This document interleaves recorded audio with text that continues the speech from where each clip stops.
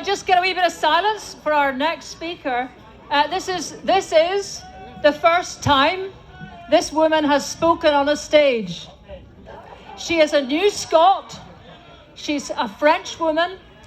She's a representative of Europe for Scotland, the group that has got together all these solidarity rallies across Scotland tonight. She is here to read a statement that is being read in all these European capitals tonight. So I hope you will give her some space, but a massive, massive yes-er response and welcome.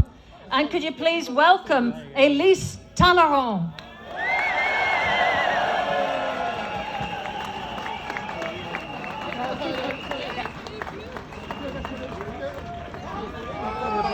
Hello, everyone. Hello. I have to apologize if I sound and look a little bit nervous.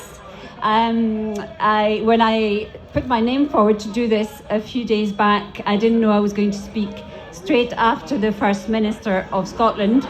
So I hope you will forgive me for being a bit out of sorts. So as Leslie said, I am a proud French woman, born and brought up in Normandy in the northwest of France. I am also a very proud Scot, having lived in Scotland for close to 30 years and having had citizenship, dual citizenship for about half of that time. I also stand here as a proud European who benefited from the EU's freedom of movement policy and other policies, without which, to be frank, my life as I know it today my work, my friends, my family wouldn't actually exist. So I'm a big fan of the EU, and that's why I brought my little star here that's shining for Scotland to rejoin the EU. So tonight I'm going to read a statement from the campaign group Europe for Scotland. Scottish friends, today is a sad day for Scotland and all Europeans who believe in democracy. This morning, the UK Supreme Court certified that the UK's unwritten constitution does not allow the Scottish Parliament to fulfil the democratic mandate from the Scottish people for a new independence referendum. Whilst the UK government withholds its permission, Scotland is trapped in constitutional limbo, stuck in a supposed voluntary union against its democratic will. We all know that the United Kingdom is all but united. For decades, Scotland and England have been on divergent political paths with radically different ideas for their future. It was England that voted for Margaret Thatcher, David Cameron, and Boris Johnson. Scotland not only rejected each and every one of them, but in fact didn't vote for any of the last 10 Tory prime ministers.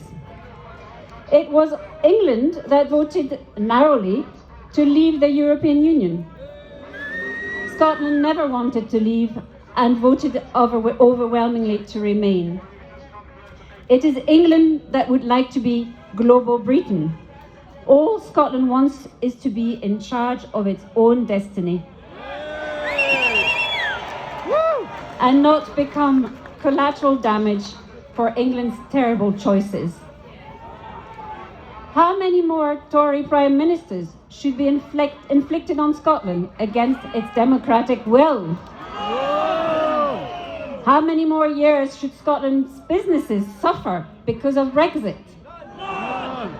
How many more generations of young Scots should be deprived of the Erasmus programme and opportunities to freely travel and work in Europe? How much longer should Scots be denied their democratic right to choose their own future? Scots deserve the same rights and opportunities that we Europeans enjoy. And that's why I am here today, to express our European solidarity and to tell Scots we stand with you. Tonight, my friends from Europe for Scotland are gathered in solidarity in 6 European cities. They are showing their support in Berlin, Rome, Dublin, Paris, Munich, and Brussels. Tomorrow they'll also be gathering in Denmark. Our message is simple: Scots are not alone. Europeans support Scotland's democratic right to choose its own future. And Europeans would love to welcome our Scottish friends back into our European family and build a better Europe together. The Scottish people's mandate for a new independence referendum must be respected by the UK government. Brexit must not be Scotland's destiny. Europeans will always keep a light on for Scotland. The fight is not over. It has only just begun. Solidarity. Thank you.